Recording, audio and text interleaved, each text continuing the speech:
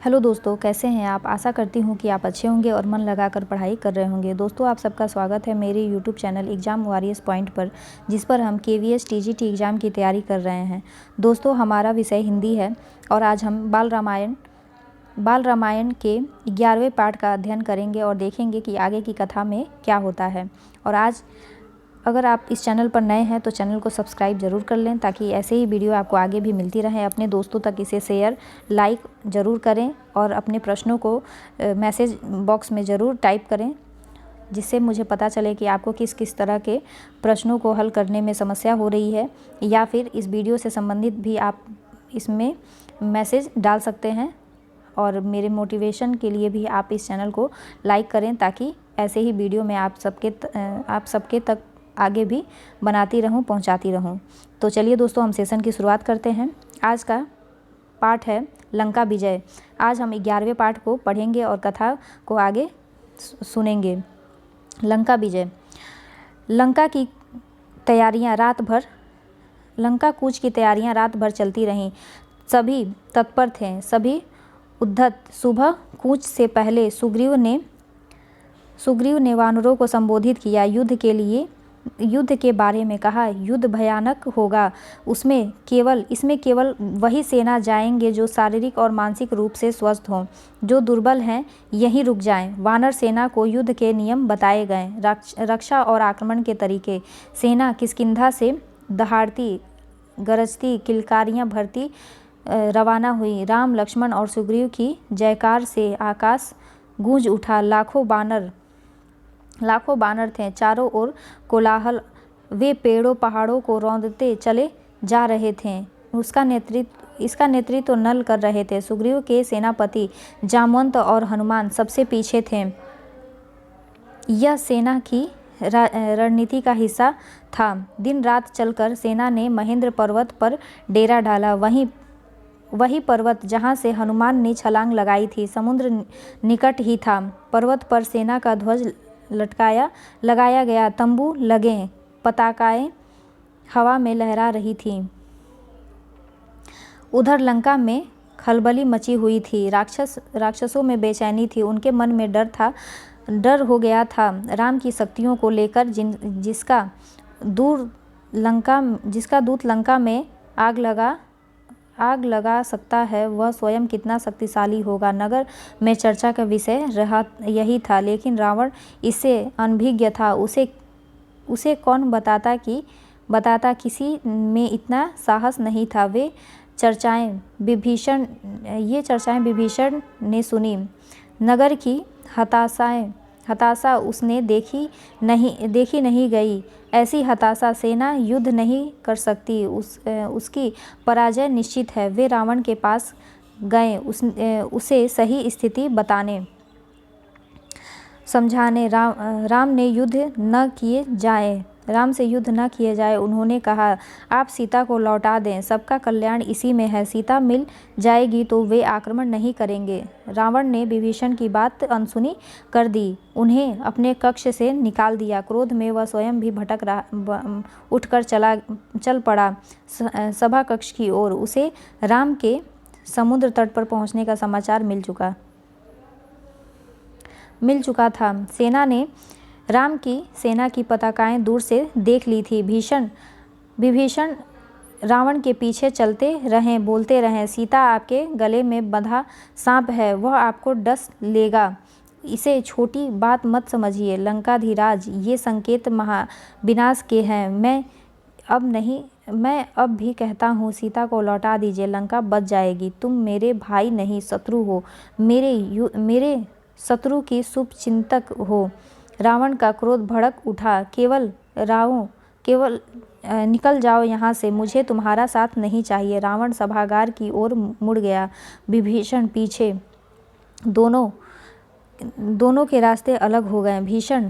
विभीषण उसी रात लंका से निकल गए। 4 सहायकों के साथ उन्होंने राम के पास जाना ठीक समझा। समुद्र पार राम के शिविर में अचानक खलबली मची। एक बानर चिल्लाकर सबको सावधान कर रहा था, हमारे शिविर में राक्षस आ गए हैं।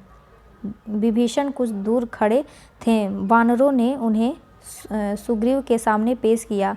वानर राज, मैं लंका के राजा रावण का छोटा भाई हूँ। मैं राम की शरण में आया हूँ। आप मुझे उनके पास पहुँचा दें। विभीषण के चेहरे पर डर नहीं था, विश्वास था। शब्दों में षड्यंत्र नहीं था, कातरता थी।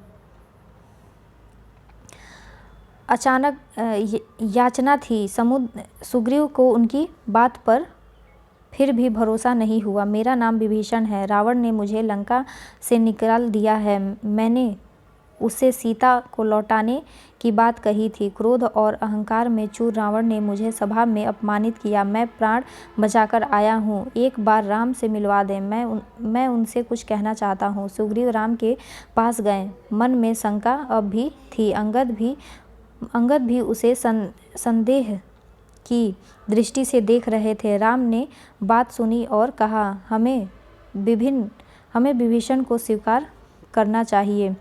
मैं शरण में आए व्यक्ति को कभी निराश नहीं करता, यह मेरी नीति है। विभीषण को आदर से अंदर लाइए। विभीषण राम के पास पहुँचे। राम ने उनका सत्कार किया, लंका का समाचार पूछा। जल्दी ही विभीषण राम के विश्वास पात्र बन गए। उन्होंने लंका की बहुत सी जानकारियाँ राम को दी।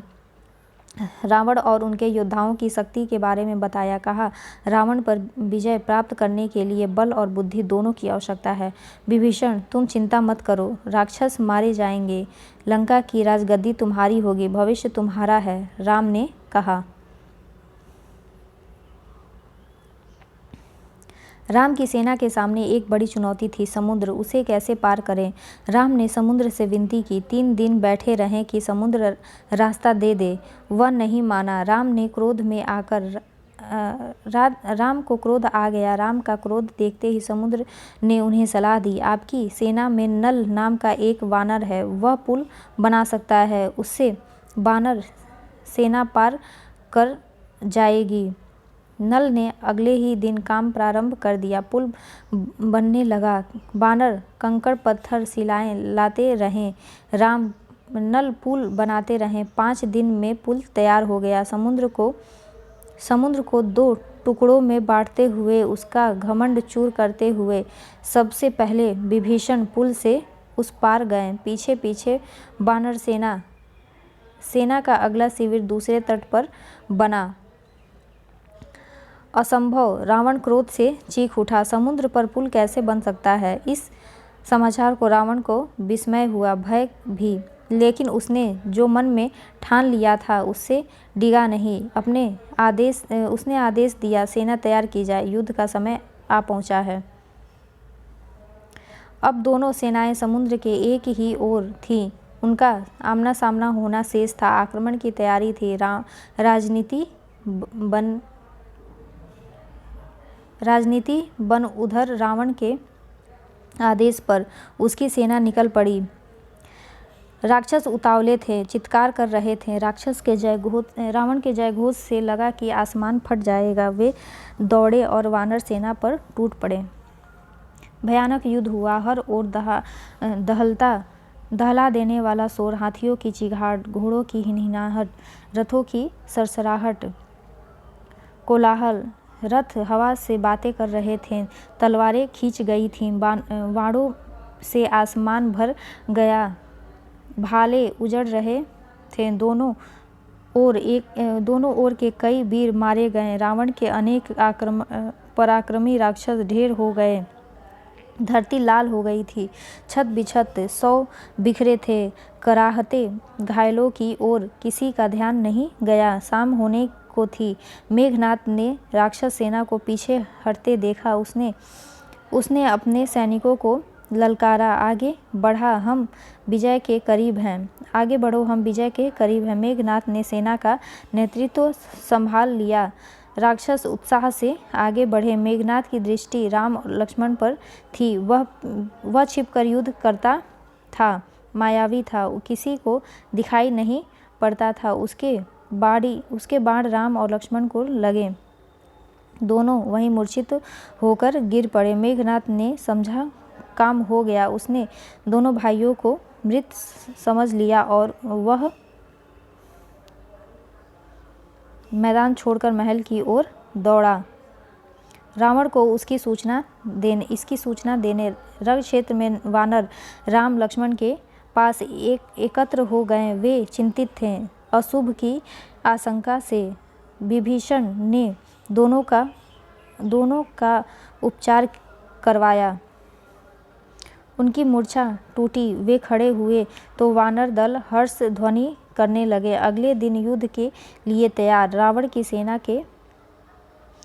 सेना के महाबली एक एक कर मारे जा रहे थे। धूमाच्र मारा गया। वज्रदृष्ट धरती पर गिर पड़े। अकंपन कुचल कर मर गए। प्रहस्त को नील ने ध्वस्त कर दिया। रावण को इसकी सूचना मिली। वह घबरा गया। वह हड़बड़ा कर उठा और स्वयं कमान संभाल ली। पहली मुठभेड़ में वह लक्ष्मण पर भारी पड़ा, लेकिन राम के वाड़ों ने उसका मुकुट धरती पर गिरा दिया। वह लज्जित होकर लौट गया। अब तक रावण को राम की शक्ति का कुछ अनुमान हो गया था। जब उसे कोई और रास्ता नहीं सूझा तो उसने कुंभकर्ण को जगाया। वह महाबली था। वह 6 महीने सोता था। कुंभकर्ण दुर्ग से बाहर आया। उसे देखते ही वानर सेना में खलबली मच गई। वे उसे रोकने में अक्षम थे। उसने हनुमान और अंगद को घायल कर दिया। लक्ष्मण यह युद्ध देख रहे थे। उन्होंने राम की ओर देखा,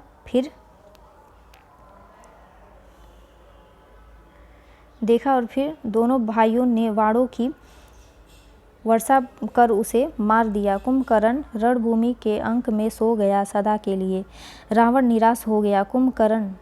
कुंभकर्ण पर उसे गर्व था। वह उसे अपना दाहिना हाथ मानता था। उसे लगा कि अब लंका में वीर नहीं है। वह अनाथ हो गया। मेघनाथ ने रावण को सहारा दिया। ऐसे मेरे रहते आप क्यों चिंता करते हैं? मुझे युद्ध की अनुमति दें। मैं दोनों भाइयों को मारकर आपके चरणों में रख दूंगा। मेघनाथ और लक्ष्मण का भीषण युद्ध हुआ। मेघनाथ पराक्रमी था। उसने एक बार इंद्र को परास्त कर दिया और इंद्रजीत कहलाया। उसके वाणों ने कई प्रमुख वानरों को घायल कर दिया था। मेघनाथ को रोक पाना वानर सेना के बूत की बात नहीं थी। वह चक्रवात की तरह आगे बढ़ता है, फिर भी आसमान जो भी आसपास होता है ध्वस्त हो जाता है। वानर सेना मेघनाथ की गति और शक्ति से चकित थी। चमत्कृत उनके मन में निराशा बैठती जा रही थी। अब लक्ष्मण ने उसे चुनौती दी। दोनों का निशाना अचूक था। बाण हवा में टकराते और नष्ट हो जाते। अचानक लक्ष्मण को एक बाण उसे लगा। वह घायल हो गया, झुक गया। लक्ष्मण ने ताबड़तोड़ बाणों की बरसात कर दी। रावण के पास अब कोई विकल्प नहीं था। युद्धनाद हुआ। अकेला बचा रावण युद्ध के लिए निकला। फुफकारते हुए फन कुचले सांप की तरह वह जिधर मुड़ता भगदड़ मच जाती। वानरों को भागते देख लक्ष्मण आगे आए। धनुष बाण लिया। रावण के सामने अभेद दीवार की तरह खड़े हो गए। थोड़ी ही देर में विभीषण वहां पहुंच गया। उसके बाद राम उनके सामने। रावण की एक न चली। विभीषण को राम की सेना में देख रावण उबल पड़ा। उसके लिए यह देशद्रोह था, छोटे भाई का विश्वासघात। उसने विभीषण पर निशाना लगाया। लक्ष्मण ने यह बाण बीच में ही काट दी। उसने दूसरा घात बाण चलाया। इस बार लक्ष्मण बीच में आ गए। उन्होंने विभीषण को अपने पीछे छिपा लिया। बाण लगते ही लक्ष्मण अचेत हो गए, फिर गिर पड़े। रावण ने यह देखा। उनकी आंखें क्रोध से लाल थीं। आग बरसने लगी। उन्होंने लक्ष्मण को सुग्रीव की निगरानी में छोड़ा और रावण को चुनौती दी। कहा, रावण, काल तुझे मेरे सामने ले आया है। आज अन्याय पर न्याय की विजय होगी, तेरा अंत निश्चित है। उधर हनुमान लक्ष्मण को उठाकर रण क्षेत्र से दूर ले गए। वैद्य सुषेण को बुलाया। हनुमान संजीवनी बूटी लाए। चिकित्सा शुरू हुई। धीरे धीरे रक्त का स्राव बंद हो गया, घाव भर गया। संजीवनी का प्रभाव चमत्कारी था। सुग्रीव ने लक्ष्मण के स्वस्थ होने की सूचना राम तक पहुंचाई। वह सिंह की भांति रावण पर टूट पड़े। राम रावण युद्ध भयानक था। शस्त्रों की गति से कपा देने वाली ध्वनियां निकल रही थी। हवा थम गई थी। सूरज बादलों के पीछे छिप गया था। शस्त्रों की चमक बिजली की तरह कौंध रही थी। गड़गड़ाहट थी थर्रा देने वाली। दोनों योद्धा अपनी पूरी शक्ति से लड़ रहे थे। कोई यह रथी भी पीछे घिसकने को तैयार नहीं था। कुछ ही देर में लगा कि युद्ध समाप्त होने को है। दोनों पक्ष के योद्धा हाथ बांध कर खड़े हो गए। छोटे युद्ध थम गया। सबकी नजरें राम और रावण पर थीं। सबकी आंखें फटी रह गईं। पलकें झुकना भूल गए। उन्होंने ऐसा युद्ध पहले कभी नहीं देखा था। लेकिन महासंग्राम समाप्त नहीं हुआ था। रावण का एक बाण राम को लगा। उसके साथ रथ की ध्वजा कट कर नीचे गिर पड़ी। राम ने प्रहार किया। बाण रावण के मस्तक में लगा। रक्त की धारा बह निकली। बीच में युद्ध कुछ पल के लिए रुका। रावण अपने महल चला गया। घोड़े और रथ बदले। राम को उसकी आवश्यकता नहीं पड़ी। युद्ध फिर शुरू हुआ। अब उनके रथ एक दूसरे के सामने थे। योद्धा आंखों में आंखें डालकर देख सकते थे। घोड़ों के मुंह निकल गए थे। राम के बाणों ने रावण के रथ का मुंह मोड़ दिया। यह पराजय का संकेत था। रावण हिम्मत हारने लगा। जब तक वह रथ घुमाता, राम का एक बाण उसके पार हो गया।